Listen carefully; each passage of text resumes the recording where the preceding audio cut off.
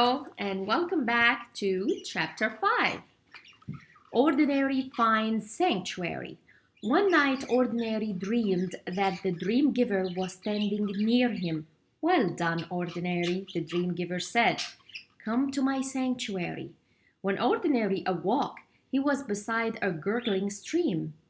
How he had arrived there and when, he wasn't sure, but the wasteland was behind him. He wondered at his dream and hoped it was true. Was the dream giver pleased with him?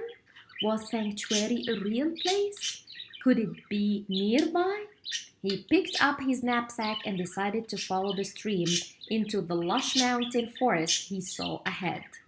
Something seemed to be drawing him onward and upward. He couldn't say what, but it felt like an invitation. Before long, giant trees towered over Ordinary.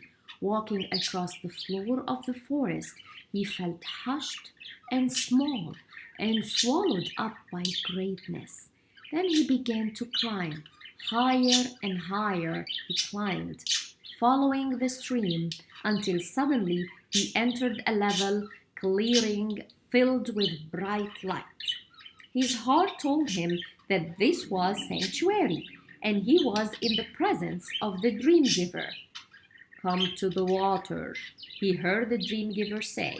Ahead of him, in the clearing, he saw a small waterfall that fed a pool of still waters.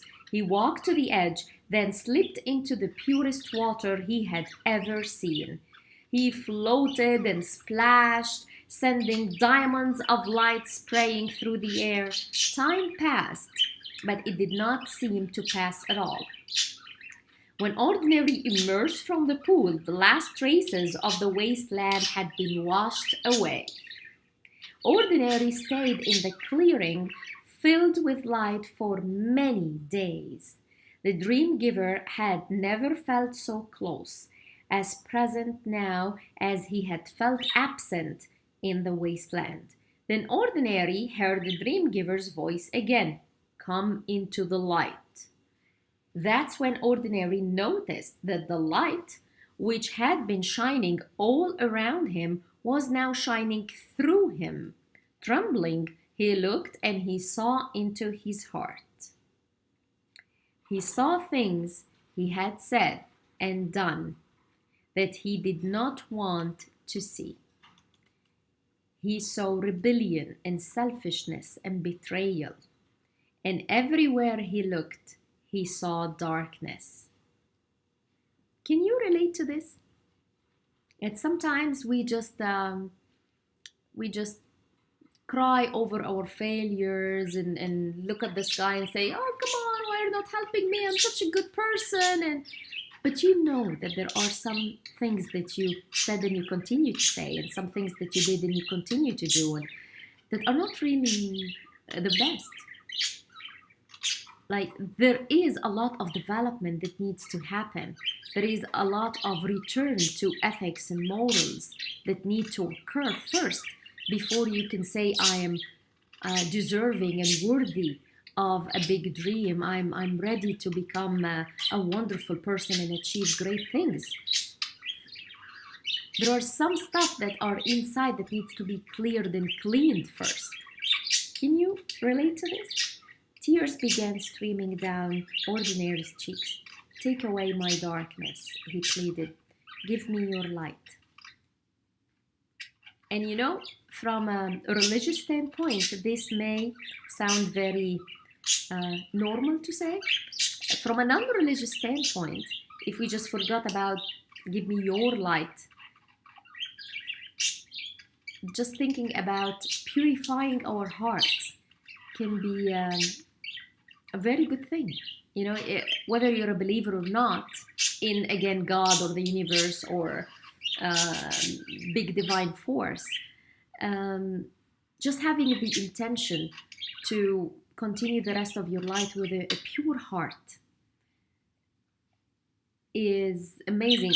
The reason people usually try to believe in a bigger divine force is that sometimes it feels too hard to to think that you can purify your own heart. So sometimes you want a bigger divine force to help you purify your heart. And sometimes you are afraid that if you purify your heart and go on in life with a pure open heart, that maybe you will be taken advantage of, or maybe you will lose your way, or maybe you will not survive. And that's again why people usually tend to find a higher force to believe in, because they feel that maybe if my intention is to purify my heart, then this divine force can actually protect me. Anyways, the dream giver did. He took away ordinary's darkness and gave him his light. Again, if you want to have a non-religious spin on this, you can maybe think of it as it was ordinary's intention to continue his journey with a pure heart. That was actually what cleansed his heart and made it pure. Then the dream giver said, "Come close to me," and ordinary did. Again and again, ordinary came deeper into the light.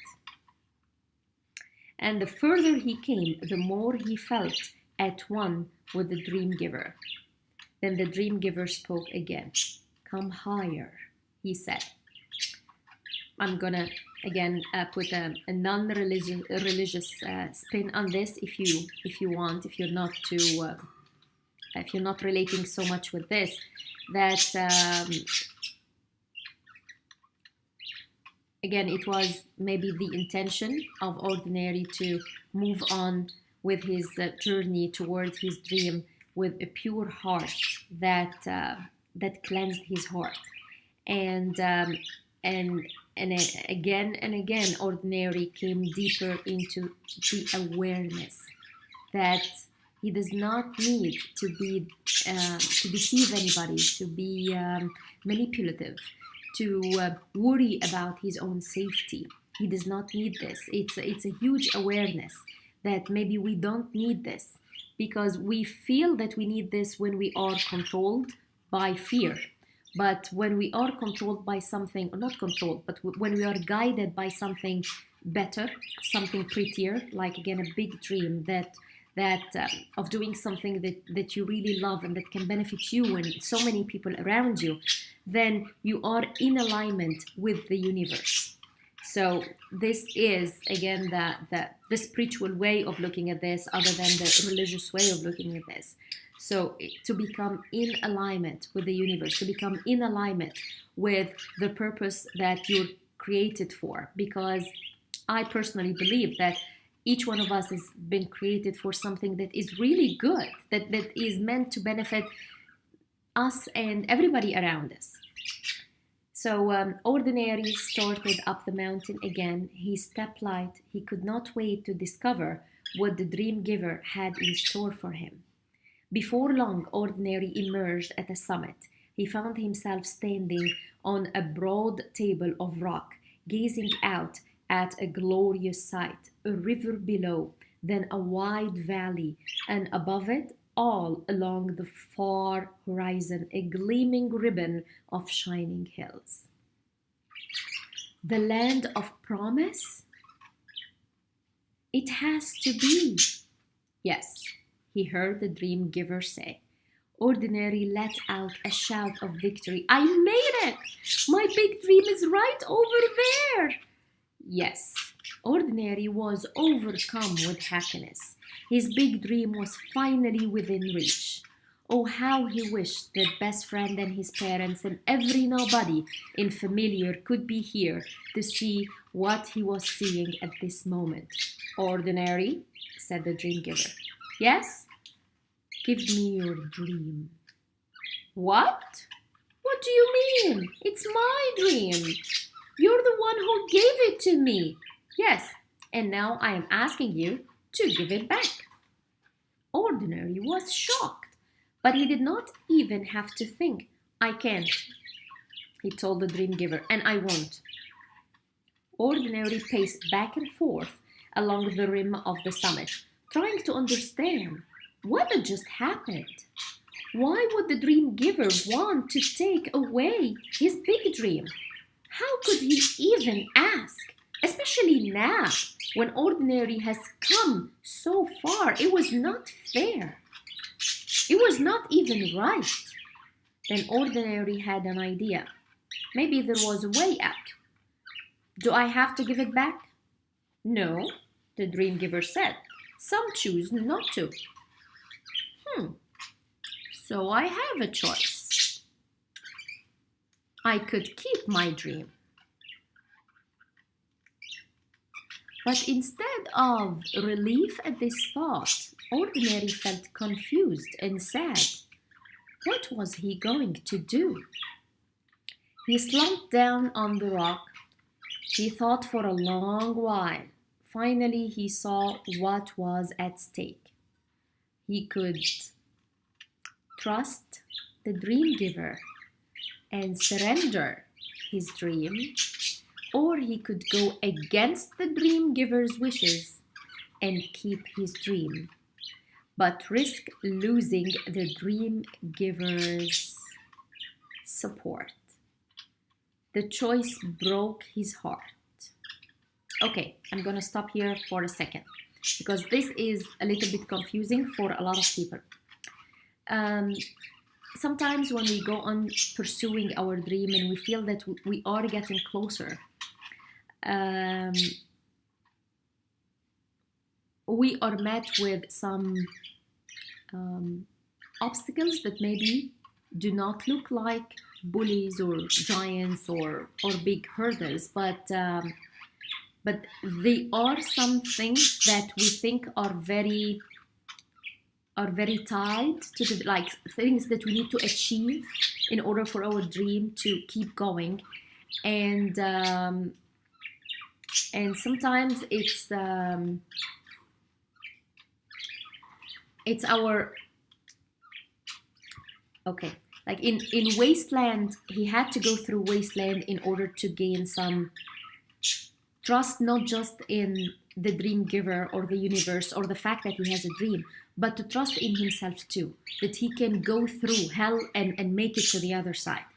And when you go through hell and make it to the other side, and you start to trust yourself, you start to build some confidence. Now, confidence is great. Courage and confidence are really great, and they are a must in order to achieve any dream. But sometimes there is a little bit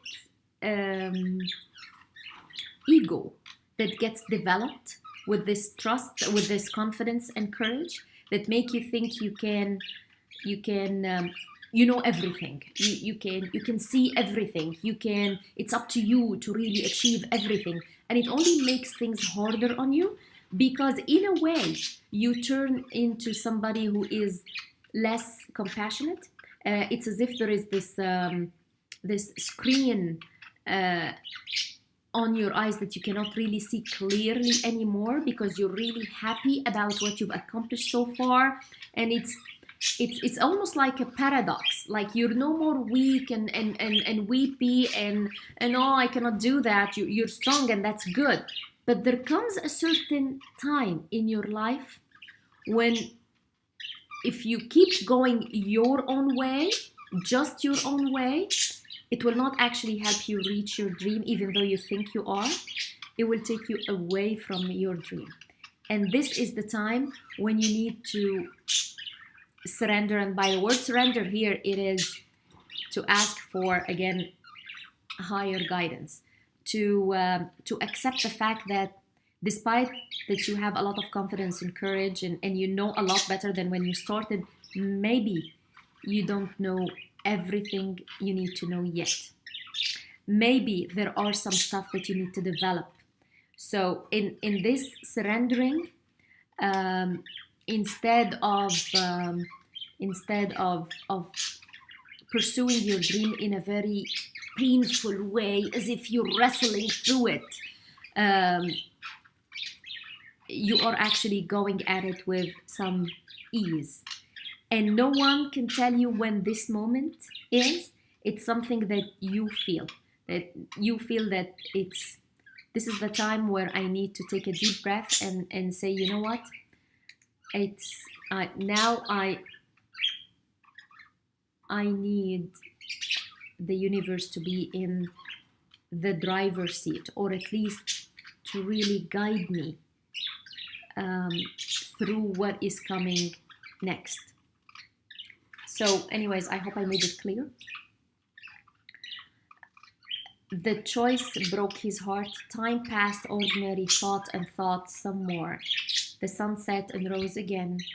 In the morning light, his eyes fell on a smooth, flat stone nearby. Picking it up, he noticed that the stone fit perfectly in his palm. Then he saw a word etched on its surface. Remember. What could it mean? He wondered. Was the stone a message from the dream giver or from another dreamer? What should he remember? Holding the stone, Ordinary found himself thinking back. He remembered Champion and Faith. They must have faced this choice. What would they say to him now? He remembered the returning dreamers. He could still hear their sad and bitter voices. They couldn't have surrendered their dreams here. They didn't even trust the dream giver.